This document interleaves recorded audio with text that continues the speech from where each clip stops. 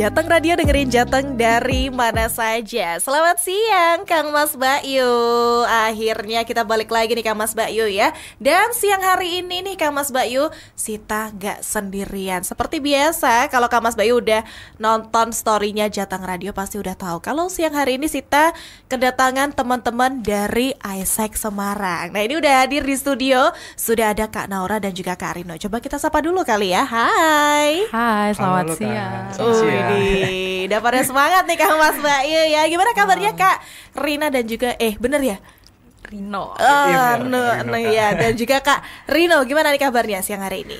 Baik, alhamdulillah. Kalau Rina sendiri gimana? Puji Tuhan, baik dan semangat ya buat hari ini gitu. Meskipun tadi sempat panas-panasan kesininya panas banget di Semarang kayak Semarang biasa ya. Oke, jadi nanti nih selama 1 jam ke depan Kang Mas Bayu kita bakal ngobrol nih sama teman-teman dari ISEC Semarang. Kita pengen tahu gitu ya tentang ISEC. Mungkin Kang Mas Bayu yang ada di rumah tuh banyak yang belum tahu gitu kan tentang ISEC itu apa sih? Apakah sebuah organisasi yang bergerak dalam bidang tertentu? Nah, ini mungkin buat awalannya gitu ya, bisa dikasih penjelasan sedikit buat Kang Mas Bayu yang ada di rumah gitu ya tentang apa sih ISEC itu. Silakan. Mau siapa nih yang jelasin nih? Boleh Mbak Naura. Oke, Mbak Naura. Kita gantian aja. Iya. Atau Om Pipa dulu deh. Sweet ya.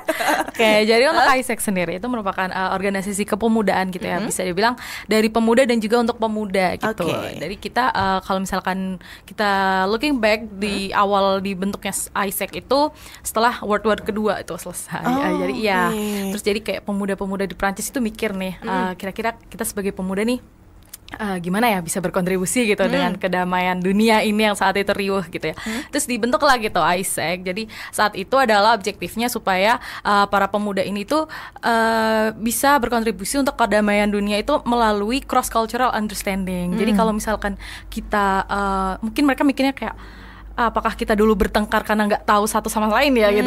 Jadi kayak pemuda-pemuda ini gimana kalau kita kayak tingkatkan nih cross cultural understandingnya. Jadi kayak kamu ngerti di negara ini tuh gimana, kamu tahu di negara ini tuh gimana. Siapa tahu kita bisa baikan gitu. Ya jadi kayak dulu objektifnya seperti itu. Cuman kalau untuk sekarang kan udah nggak ada war gitu ya. Jadi sekarang kita fokusnya adalah organisasi kepemimpinan gitu. Jadi kita objektifnya itu nge-fulfill empowering youth itu supaya gimana leadershipnya itu bisa maksimal gitu. Jadi dari leadership yang bisa maksimal ini kita bisa berkontribusi ke sekitar kita gitu.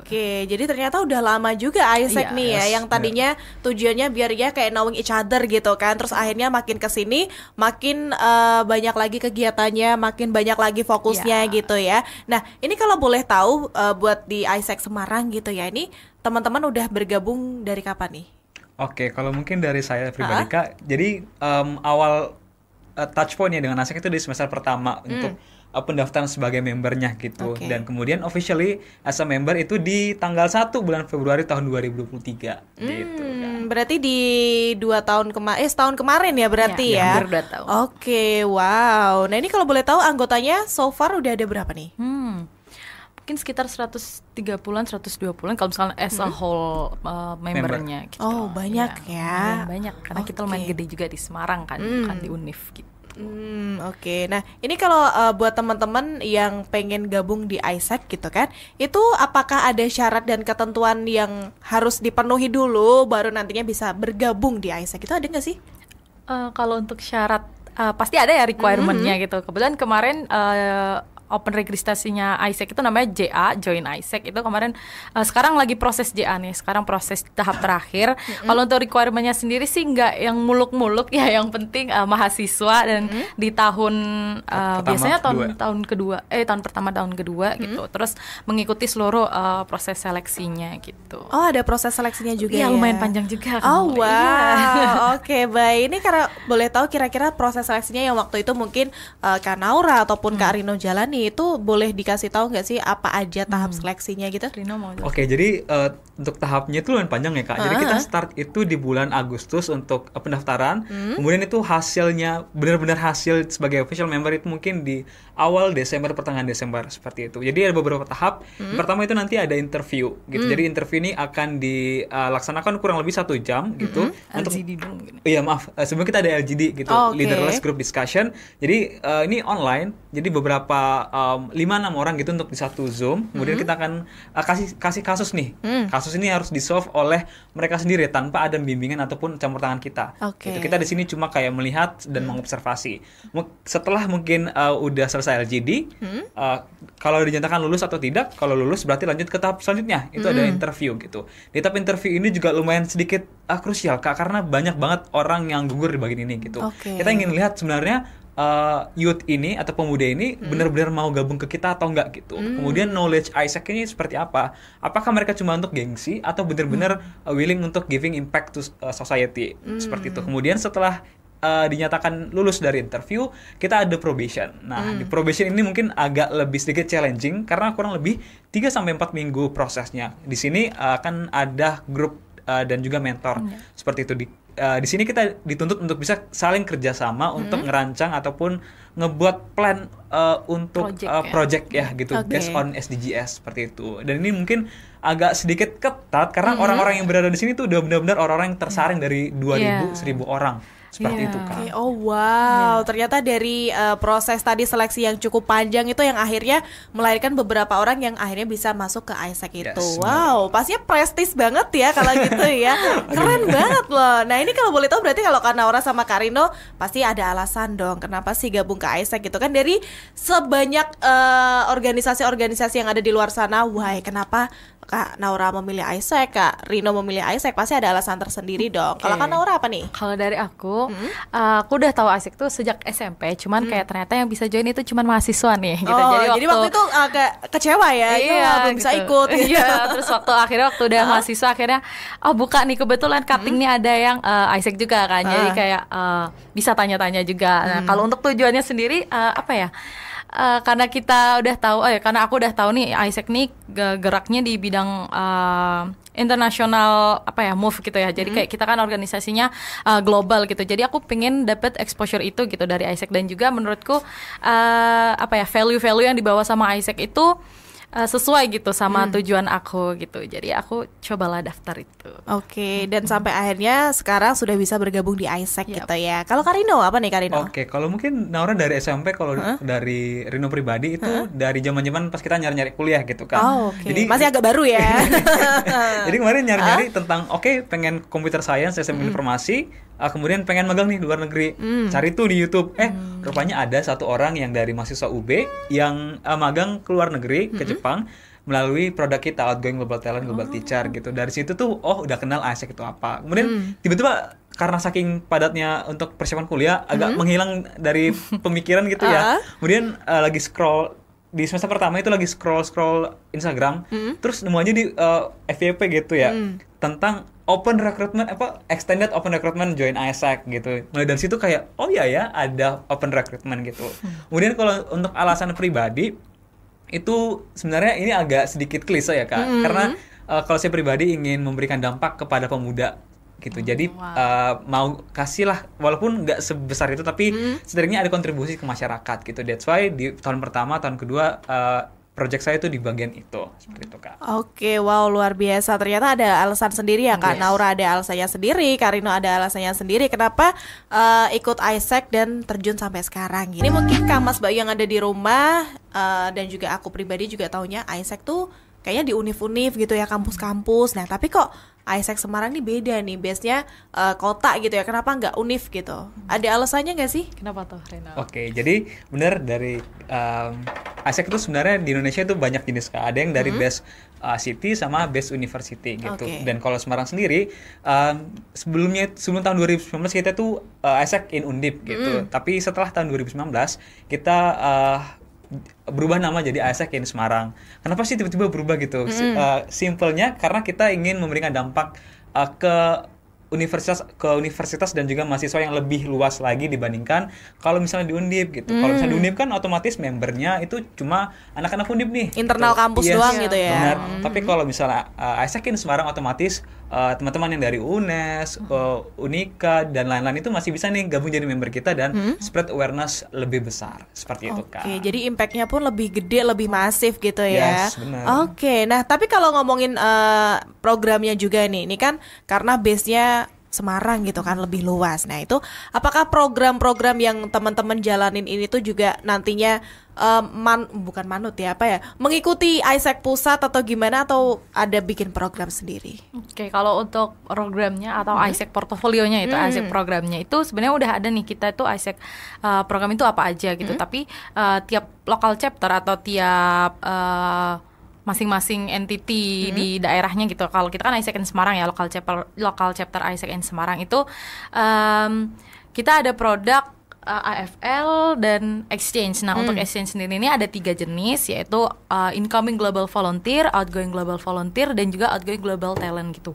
Jadi untuk programnya juga menyesuaikan juga sih sama kota Semarang gitu. Oke, nah kalau mungkin ini bisa dijelasin tadi program yang udah Kak Naura sebutin ya, dari program dari ISEC Semarang ini apa aja tadi? Ada AFL, Incoming Global Volunteer atau IGV, Outgoing Global Volunteer atau OGV, dan Outgoing Global Talent itu OGT gitu. Oke, nah itu yang pertama apa? Untuk yang AFL, ISEC Future Leaders itu.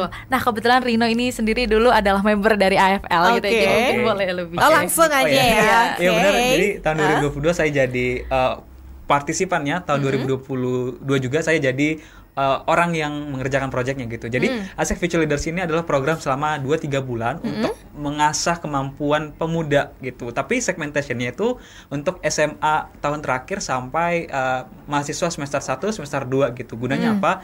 Gunanya di sini kita akan kasih nih pembekalan materi-materi tentang leadership, kemudian marketing, how to use Excel, dan lain sebagainya dari pembicara-pembicara kita yang keren gitu. Dan di 1 tahun itu biasanya ada 2 kali Kak. Jadi di summer dan juga di winter, seperti itu Kak, untuk ISEC Future Leaders atau yang mungkin sering disebut AFL gitu Kak. Oke, terus programnya yang kedua tadi? Kalau yang untuk exchange ada 3, Incoming Global Volunteer itu adalah kita dari ISEC membuka kesempatan untuk pemuda di luar negeri untuk bisa melakukan volunteer di Semarang lebih tepatnya ya.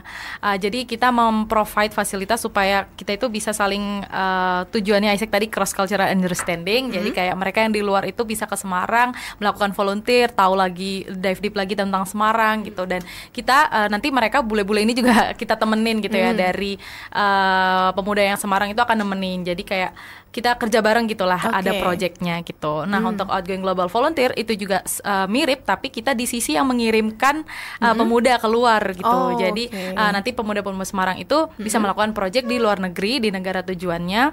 Ada project-projectnya itu kayak ada yang ngajar, itu kayak based on SDGs gitu. Jadi ada yang tentang pendidikan, usaha, bisnis, macam-macam gitu ya.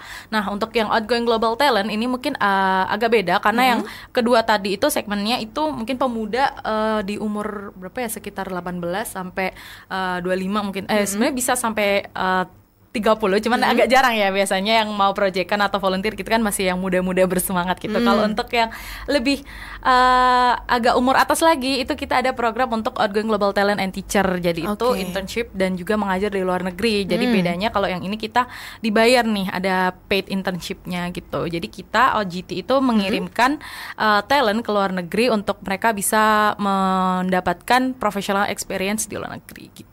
Oke, nah untuk program yang volunteer tadi tuh biasanya dilakukan selama berapa lama sih? Kurang lebih 4-6 minggu programnya, tergantung panjang durasi proyeknya gitu. Oke, jadi mungkin buat Kang Mas Bayu yang dengerin obrolan kita siang hari ini ya, tertarik juga nih pengen ikutan gitu. Ada syarat-syarat tertentu nggak sih untuk kita bisa nantinya jadi volunteer ke luar negeri ataupun sebaliknya gitu, ada nggak sih?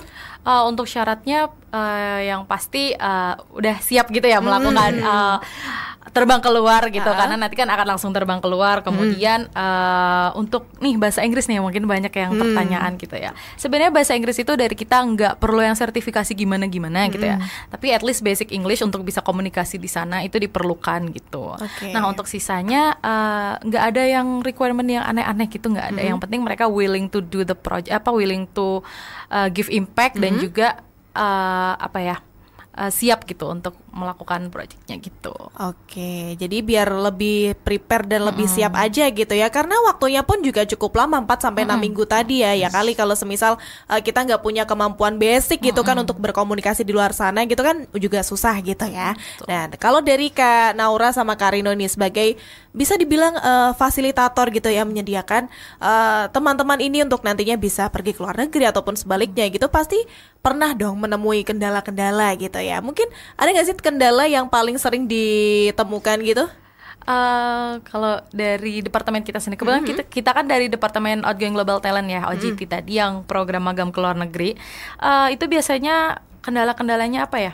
Kalau di kita itu mungkin karena ini kan programnya itu internasional ya, jadi kayak applicants yang apply itu bersaing juga sama applicants dari negara lain gitu. Mungkin jadi kayak kendalanya ada nih, kayak kadang leads atau IP atau customer kita itu ngerasa kayak duh susah nih untuk tembus ke programnya, ke pekerjaannya gitu. Tapi itu kayak ada kendala lain yang mungkin kayak secara teknisnya biasanya itu yang dialami itu adalah kayak agak visanya agak susah ngurusnya gitu. Terus apalagi ya, mungkin IP yang kadang kalau sebelum berangkat itu kayak aduh Kak, aku agak takut nih. Ya kayak apa-apa, kita di sini Isaac bakalan nemenin gitu. Jadi ya mungkin itu aja sih kendalanya. Kalau untuk yang lain-lain ya jarang sih biasanya. Karena kita udah partneran juga kan sama Isaac yang di luar sana, jadi kita komunikasinya juga harus intens juga supaya nggak ada kayak miskom atau gimana gitu. Oke, berarti dari awal sampai akhir nanti pulang ke negara masing-masing itu tetap ini ya, ada campur tangan Isaac semuanya dari awal sampai akhir gitu ya. Oke, wow, luar biasa menarik nih Kang Mas Bayu ya. Mungkin buat Kang Mas Bayu yang ada cita-cita ingin volunteer atau melakukan program-program tertentu di luar negeri gitu ya.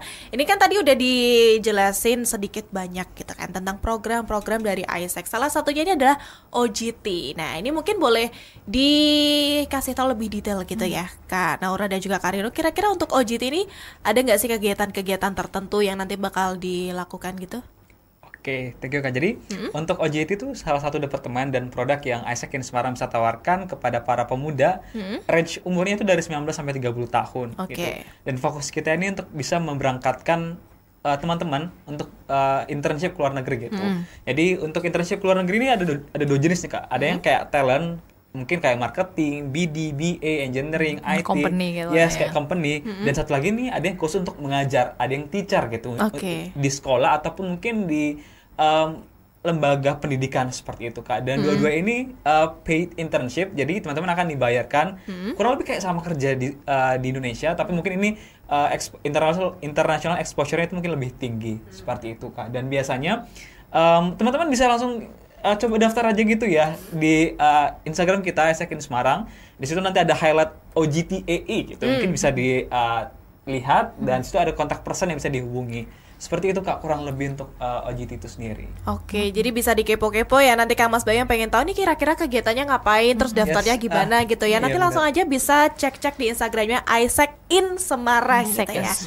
Oke, nah ini juga jadi pertanyaan buat aku pribadi gitu ya, karena selama ini tuh aku bertanya-tanya kalau orang-orang yang ikut program seperti ini gitu kan, itu untuk living cost-nya. Nah ini mereka apakah harus living cost sendiri atau memang dari Isaac menyediakan atau seperti apa nih? Oke, kalau untuk OGT ya, kita kan sekarang lagi bicara tentang OGT. Kalau OGT sendiri itu kan paid internship. Banyak opportunity yang membayar talentnya untuk ya intinya kita kayak magang gitu ya, seperti magang pada umumnya gitu, tapi bedanya di company di luar negeri gitu. Nah untuk basic living cost-nya mungkin di awal memang partisipannya ini udah harus siap menanggung expense di awal. Biasanya kan di awal agak banyak nih mengurus visa, mengurus work permit atau tiket pesawat, itu mungkin di awal itu ditanggung oleh partisipannya. Tapi nanti setelah kerja di sana mereka akan dibayar dan selalu dibayarnya ini salary-nya ini akan menutup basic living cost-nya. Jadi nggak perlu khawatir gitu, nanti kalau udah di sana udah kerja di sana juga pasti dapat gajinya gitu. Dan ada allowance-nya juga, jadi nggak mungkin basic living cost-nya doang nggak terus nggak ada allowance-nya, jadi pasti aman-aman aja. Mungkin di awal aja yang harus menanggung expense-nya gitu. Untuk OGT sendiri gitu. Tapi kalau untuk OGV ya Kak, itu memang volunteer-nya berbentuk self-funded gitu. Jadi bedanya itu sih kalau yang di volunteer sama OGV dan OGT gitu. Oke. Nah ini biasanya kalau untuk volunteer yang OGV ataupun OGT gitu, untuk negaranya misal mereka kemana itu mereka milih sendiri atau berdasarkan program dari AIESEC atau gimana? Oke, jadi kalau dari untuk tujuan negaranya, negara tujuannya itu dari AIESEC kan, AIESEC in Semarang itu udah partneran gitu ya dengan beberapa AIESEC di luar sana. Jadi untuk pilihan negaranya itu sesuai yang udah kita sediakan gitu. Biasanya ya yang biasanya kita sediakan itu untuk global volunteer sendiri itu ada kayak Korea Selatan, Thailand, Poland, terus habis itu Slovakia, terus Kamboja itu untuk global volunteer. Kalau misalkan untuk global talent sendiri untuk yang magang ya, untuk kerja kita bisa ke Turki, terus ke Kamboja, setelah itu bisa juga kebetulan kemarin ada nih yang berangkat ke Jerman gitu. Terus abis itu bisa ke Jepang juga, negaranya ada apa lagi ya, masih banyak lagi lah di luar gitu. Ada Netherlands juga gitu. Oh, banyak macam-macam ya. Iya, macam-macam. Oke, wow. Dan itu nanti Kang Mas Bayu pun bisa disesuaikan dengan apa yang diinginkan. Misal volunteer nanti bisa ke negara ini, misal magang ke ini gitu ya. Jadi emang macam-macam banget gitu Kang Mas Bayu. Buat kamu yang tertarik pengen ikutan, nanti langsung bisa dicek di Instagramnya tadi AIESEC in Semarang. Nah, terus ini mungkin kalau kita ngomong-ngomong soal negara gitu ya, ini kan pasti Korea Selatan itu berbeda, mungkin tentang culture gitu ya. Dari AIESEC sendiri itu ada dibekalin gak sih dari para volunteer ini tentang culture yang nantinya bakal dijalani nih sama masing-masing orang yang nantinya pengen ke tujuan negara tersebut, itu diajarin juga gak di AIESEC atau gimana? Iya, pastinya ada. Jadi sebelum mereka berangkat, kita itu ada kayak agenda untuk membekali mereka gitu ya. Namanya ongoing preparation seminar gitu. Jadi di situ kita kasih bekal lah, intinya gimana cara supaya nggak culture shock, gimana nanti di sana apa yang harus dilakukan, apa yang tidak harus dilakukan gitu. Jadi kita pasti bekali dulu mereka sebelum berangkat, dan nanti di sana pihak AIESEC yang menerima mereka pun juga akan memberi pembekalan lagi. Jadi sebelum berangkat akan dikasih agenda OPS, dan sampai sana nanti juga dikasih agenda IPS atau incoming preparation seminar gitu. Dan mereka AIESEC di luar sana juga pasti akan menemani mereka selama program volunteer dan juga magangnya itu. Jadi mereka nanti di sana ada namanya istilahnya EP buddy gitu. Jadi mereka buddies-nya mereka di sana gitu, nemenin mereka di sana gitu. Oh, berarti nggak yang literally dilepas sendiri terus magang-magang sendiri tuh enggak ya, tetap ditemenin ya. Oke. Nah, terus kalau semisal dari teman-teman ini kan tertarik buat ikutan gitu kan, tapi ada mungkin salah satu pemberkasan yang nggak valid atau gimana segala macam, itu apakah juga dari AIESEC akan membantu atau gimana nih?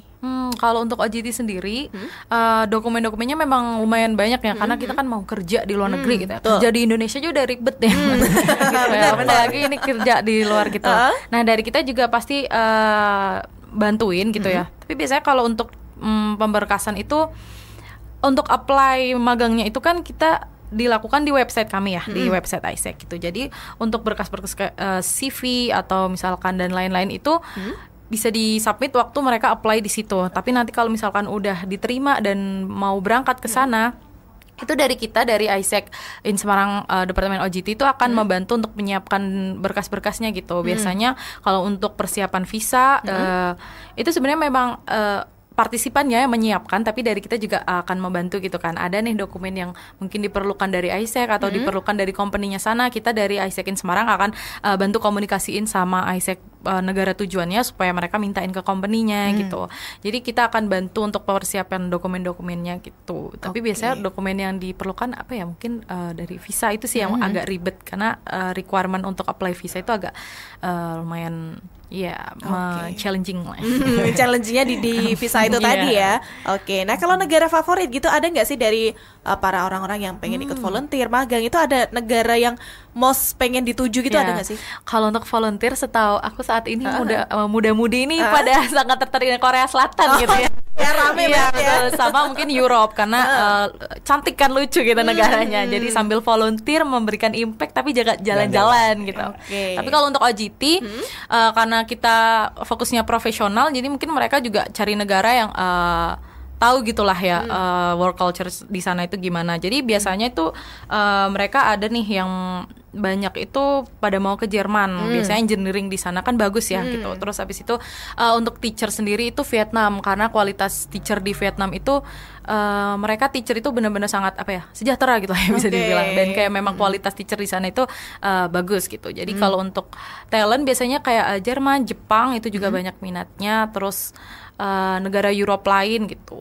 Kalau biasanya Asia sih yaitu Vietnam untuk teachernya gitu.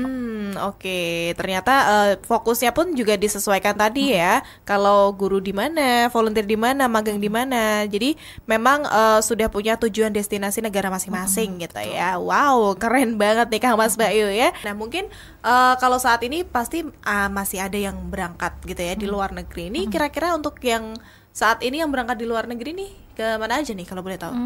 Kalau untuk OJT sendiri yang magang gitu ya, dari kita tahun ini itu ada 3 yang udah melakukan realization atau lagi kerja di sana, dan satu lagi on process untuk berangkat gitu. Untuk yang 3 ini yang udah berangkat, yang pertama di awal tahun kita memberangkatkan mahasiswa lulusan Undip gitu ke Jerman. Dia sebagai digital marketing di company Mazda gitu ya, mobil Mazda itu di Jerman gitu. Jadi kakaknya dari Undip dan saat itu bener-bener fresh graduate banget gitu ya, terus diterima di situ. Kemudian yang kedua ada dia mengajar di Turki as English teacher gitu, kakaknya dari lulusan UKSW Salatiga gitu. Dan yang ketiga ini dari lulusan UNES, dia juga ngajar di Kamboja gitu. Jadi ada yang di Jerman, Turki, dan juga Kamboja. Dan untuk yang satunya lagi on process akan berangkat ke India as French teacher. Jadi dia jurusannya di French literatur di UNES, dan alhamdulillah keterima, dan mungkin bulan depan akan berangkat ke India. Oke, ini kalau semisal pemberangkatan volunteer, magang dan yang lain-lain gitu, ada kuotanya nggak sih? Untuk OJT sendiri nggak ada kuotanya, jadi kayak sistemnya kan kita kayak outsourcing mereka gitu ya. Jadi kayak ada opportunity, mereka apply gitu. Kalau misalkan diterima mereka berangkat. Jadi kayak untuk kuota gitu nggak ada sih. Seberapa banyak pun mereka mau apply juga bisa. Seberapa banyak aplikasi yang mau ke kita juga kita terima gitu ya. Asalkan mereka nanti diterima sama company-nya. Kalau untuk OJV sendiri ada ya kuotanya. Jadi ada tiap project itu ada kuotanya berapa orang gitu. Sedangkan kalau kita kan magang gitu ya, jadi ya kayak magang pada umumnya gitu, nggak ada kuotanya, asalkan diterima aja sama company-nya gitu. Itu syarat utamanya ya, asal udah diterima pasti nanti difasilitasi sama ISEC untuk berangkat nanti ke negara tujuan gitu ya. Oke, nah terus kalau buat sistemnya ini kan misal sekarang ada yang udah berangkat nih, nah nanti bakal oprek lagi kapan? Jadi untuk OJT ini sepanjang tahun akan buka. Jadi di website kita itu selalu ada opportunity yang available gitu. Jadi nanti kalau misalkan kakak-kakak yang mau nyoba apply itu bisa langsung buka aja. Jadi bisa dibilang websitenya itu kayak ini ya, kayak job street gitu ya. Iya, portal untuk banyak opportunity yang available gitu. Nanti mereka tinggal daftar-daftar. Tapi dari ISEC pun gak cuma nemenin ketika mereka udah diterima. Jadi kalau mereka di awal udah sign up ke kita, daftar di website itu, kita udah langsung mendampingi nih dari awal, kayak misalkan mau CV review juga bisa ke kita, terus minta tolong carikan opportunity yang sesuai gitu, atau misalkan mau dikasih interview space itu bisa. Jadi dari awal mereka touch point sama kita sampai mereka selesai opportunity-nya, experience-nya itu kita bakal temenin gitu. Nah, iya gitu. Tadi pertanyaan apa ya bisa diulang tadi agak melenceng takutnya. Ini apa namanya untuk sistem rekrutmennya. Oh ya, oke. Untuk sistemnya sendiri tadi kan kalau misalkan udah apply gitu ya di websitenya, nanti mereka akan dikabari sama company-nya kalau misalkan berkas mereka atau application mereka diterima, terus nanti mereka bisa lanjut ke fase interview. Biasanya interviewnya ada 2, satunya itu dengan company-nya yang mereka daftar, satunya lagi dengan ISEC di sananya, ISEC negara tujuannya. Biasanya 2, ada juga yang 1 sih. Kemudian nanti kalau misalkan interviewnya lolos, dinyatakan diterima, nah nanti dari kita langsung nge-proses untuk preparation-nya gitu. Jadi kayak siapin berkasnya, terus mungkin siapin visanya, terus work permit-nya and flight ticket and so on. Jadi kayak gitu. Terus nanti berangkat realization atau magang. Di sini di OJT ini ada 3 durasi, ada yang short term, middle term, dan long term ya. Kalau untuk short term itu sekitar 3 bulanan, mid term 6 bulanan, dan long term itu sekitar 1 tahun. Jadi nanti kalau misalnya udah magang sesuai durasinya, opportunity-nya itu balik lagi dari kita, nanti ada kayak agenda ya welcoming party balik ke Indo gitu ya. Terus nanti udah selesai gitu. Jadi untuk singkatnya flow-nya gitu sih. Tapi kalau misal nih ada udah pernah magang atau volunteer gitu kan, terus mereka pengen lagi nih nagih karena experience-nya kan mereka seneng gitu kan. Nah itu bisa daftar lagi nggak sih? Bisa asalkan udah menyelesaikan opportunity yang dia selesaikan saat itu, yang udah harus diselesaikan, udah selesai tuh mau daftar lagi bisa. Kebetulan ada tuh yang kayak gitu. Jadi kayak udah selesai ngajar 3 bulan di sini, lanjut lagi 6 bulan di sini, terus habis 3 bulan di sini. Nah, itu bisa lewat ISEC terus sampai asalkan umurnya maksimal 30 tahun. 30 tahun. Iya. Tuh, terus bisa juga nih biasanya mereka kalau misalkan udah ada yang internship di sini terus mungkin company-nya suka nih sama talentnya ini gitu, jadi kayak lanjut kontraknya di luar ISEC, mereka langsung hubungannya sama company ada. Dan salah satu partisipan kita kakaknya tahun berapa ya, mungkin dari 2017-an I think atau 2016-an itu dulu pernah internship di Jerman dan di Poland, dan sekarang kakaknya udah full employee di Finlandia. Jadi kayak ini tuh bisa jadi stepping stone mereka juga gitu untuk karir di luar negerinya gitu. Oke, wow, jadi membuka jalan yang sangat amat lebar gitu ya untuk berkarir secara internasional di luar sana sesuai dengan passion masing-masing gitu kan. Keren banget ya. Jadi pengen ikutan magang nih aku di luar negeri. Boleh nggak sih? Boleh banget. Bidangnya ada banyak kan. Mungkin bisa dijelasin bidang-bidangnya. Oke. Jadi kalau tadi sempat Nora mention kita ada global talent dan global teacher gitu. Jadi kalau yang teacher yang mengajar itu kurang lebih kita bisa kelompokkan jadi 3 subjek. Ada yang matematika, bahasa, dan juga sport gitu. Untuk bahasa ini bahasa Mandarin, bahasa Inggris, ataupun bahasa Prancis seperti itu. And then kita ada global talent yang mungkin lebih ke ranah company gitu. Itu ada di business development, business analyst, kemudian ada di marketing, ada juga nih yang di bagian IT dan juga engineering untuk teman-teman teknik seperti itu, Kak. Oke, wow, macam-macam berarti ya. Tinggal disesuaiin aja sekali lagi buat Kang Mas Bayu sesuai dengan passion, bakat, minat semuanya ada pokoknya ya. Nah, terakhir nih mungkin sebelum kita pamit ya Kak Naura dan juga Kak Rino, ada nggak sih yang pengen disampaikan ke Kang Mas Bayu buat yuk kita sama-sama mengembangkan passion gitu kan, buat nantinya kita bisa ya stepping stone menuju karir yang kita inginkan gitu. Mungkin dari Kak Naura atau Kak Rino dulu? Mungkin bisa nih benefitnya apa sih kalau kita ikut OJT nih, dapat apa aja nih benar. Jadi kalau OJT karena kita bekerja sama dengan pihak luar gitu ya Kak. Jadi international exposure ini sangat-sangat menguntungkan gitu. Walaupun mungkin teman-teman tidak punya mimpi ataupun ingin berkarir di Indonesia, tapi ketika teman-teman punya internal exposure ke luar negeri, itu akan menjadi plus point ketika teman-teman mendaftar pekerjaan di Indonesia. Apalagi sekarang kan lagi susah ya Kak gitu. Dengan adanya international exposure akan lebih menjadi ngebuat teman-teman menjadi stand out gitu di mata recruiter di Indonesia.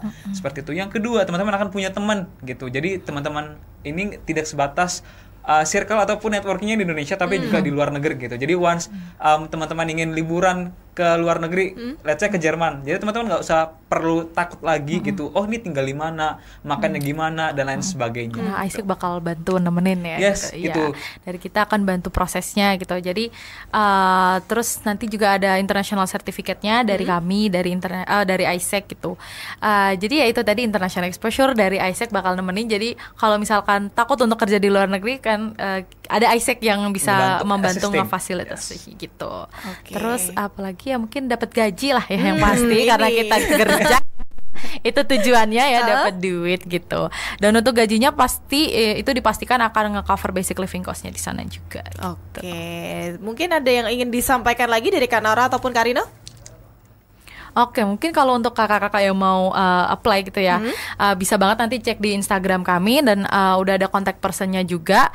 Dan nanti kalau misalkan tertarik, kita ada kayak semacam info session atau namanya induction gitu ya, di hari Selasa dan Jumat. Itu bisa kalau misalkan berminat, nanti kita di jam 7 malam itu biasanya kita provide space untuk kita jelasin lebih detail lagi nih tentang flow-nya gimana, exchange fee-nya berapa, habis itu apa aja yang harus disiapin. Itu di induction itu kita bakal jelasin lebih lanjut lagi gitu. Oke, dari Kak Rino ada nggak Kak? Oke, jadi kalau dari saya pribadi Kak, untuk teman-teman yang beneran pengen untuk bekerja di luar negeri, dapat international exposure, experience, and so on gitu, jangan takut teman-teman, karena kita di sini hadir akan membantu teman-teman dari awal Kemudian nanti di pertengahan teman-teman di sana ada masalah juga kita akan bantu. Kemudian nanti kalau misalnya teman-teman pulang pun kita akan juga bantu gitu untuk ngurus mungkin sertifikat atau mungkin pengalaman-pengalaman lainnya. Seperti itu. Jadi jangan takut untuk cobain produk kita. Oke, jangan takut untuk mencoba intinya. Yes, benar, ya. Wow, luar biasa. Kalau gitu once again thank you, terima kasih Kak Naura, Thank you, Kak Kak Rino Sita. sudah Thank you juga, menyempatkan waktunya hadir di sini, udah ngobrol dari A sampai Z tentang Isaac ya. Wah, ini insight-nya banyak banget nih Kang Mas Bayu ya kan.